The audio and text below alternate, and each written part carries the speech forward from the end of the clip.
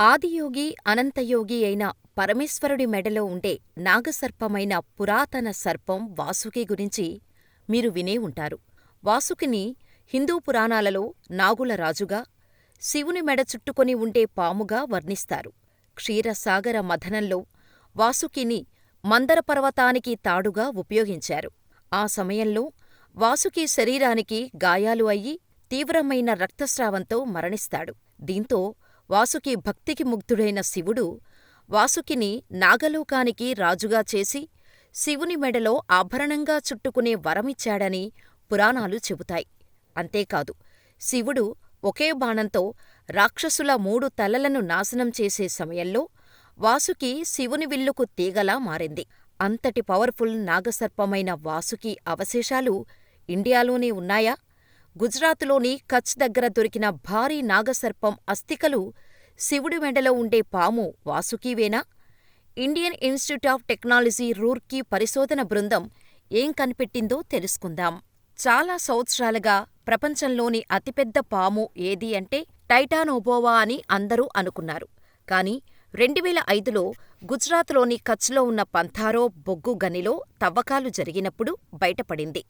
ప్రపంచంలోని అతిపెద్ద పాము అయిన వాసుకి, ఈ పాము శిలజాన్ని రూర్కీ ప్రొఫెసర్లు సునీల్ వాజ్పేయి, దేబ్జీత్ దత్తాలు కనుగొన్నారు.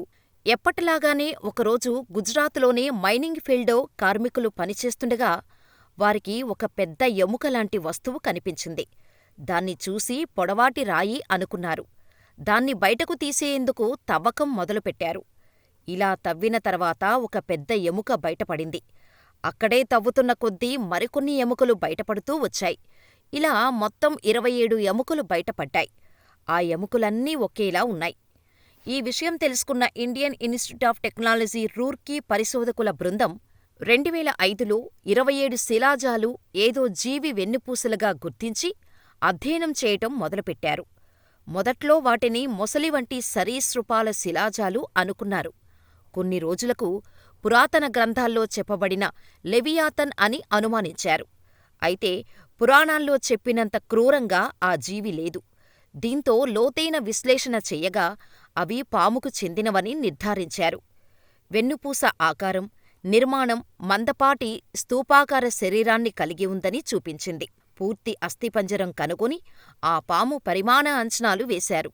ఇలా ఈ పాము జాతి ఇప్పటివరకు మనకు తెలిసిన అతిపెద్ద పాముల కంటే పెద్దదిగా గుర్తించారు. అయితే పురాణాల్లో చెప్పబడిన వాసుకీ పాముకి, ఈ పాముకి ఏమాత్రం పొంతనలేదు. అయితే పురాణాల ప్రకారం అతిపెద్ద పాము వాసుకి.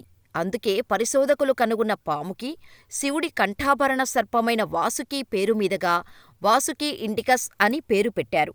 పరిశోధకుల అభిప్రాయం ప్రకారం ఈ పాములు సుమారు 47 మిలియన్ సంవత్సరాల క్రితం ఇప్పుడు భారతదేశంలో నివసించాయని అంచనా వేశారు. ఇవి 36 నుండి 50 అడుగుల పొడవు ఉండి ఉంటాయని చెబుతున్నారు. ఈ అంతరించిపోయిన జాతి ఇప్పటివరకు ఉన్న అతిపెద్ద పాములలో ఒకటి కావచ్చట. సైంటిఫిక్ రిపోర్ట్స్ జర్నల్లో ప్రచురించబడిన ఈ పరిశోధనలు ఈ పురాతన సర్ప పరిమాణం, జీవనశైలి గురించి ఆసక్తికర విషయాలు వెలుగులోకి తెచ్చాయి. మీకు అర్థమయ్యేలా చెప్పాలంటే ఈ వాసుకీ ఇండికస్ అనేది డైనోసార్స్ అంతమయ్యాక 4.7 కోట్ల సంవత్సరాల ముందు వచ్చిన ఓ పాము జాతి మాత్రమే. అయితే ఈ పాము ఖచ్చితంగా ఇండియాలోనే చనిపోయింది అనేందుకు కూడా ఎలాంటి ఆధారాలు లేవు.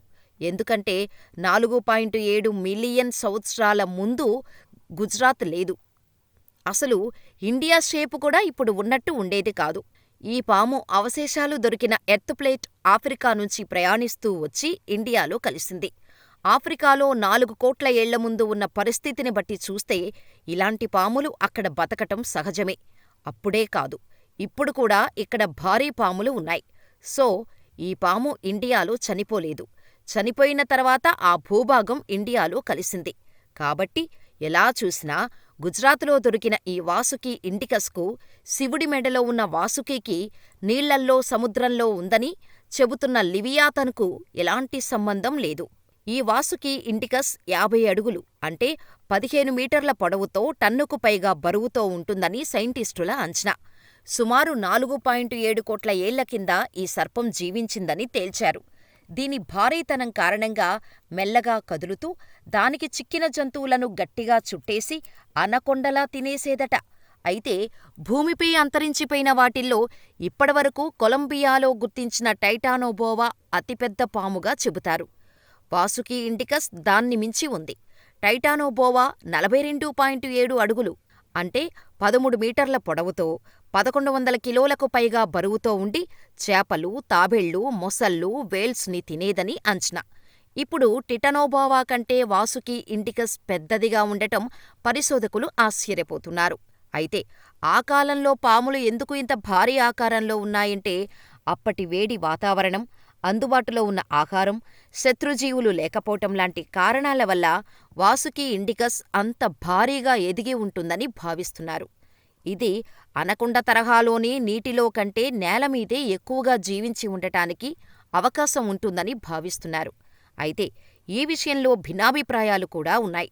పరిశోధకులు చెప్పేదేమిటంటే ఈ పాము మరీ అంత క్రూరంగా ఉండకపోవచ్చు అని.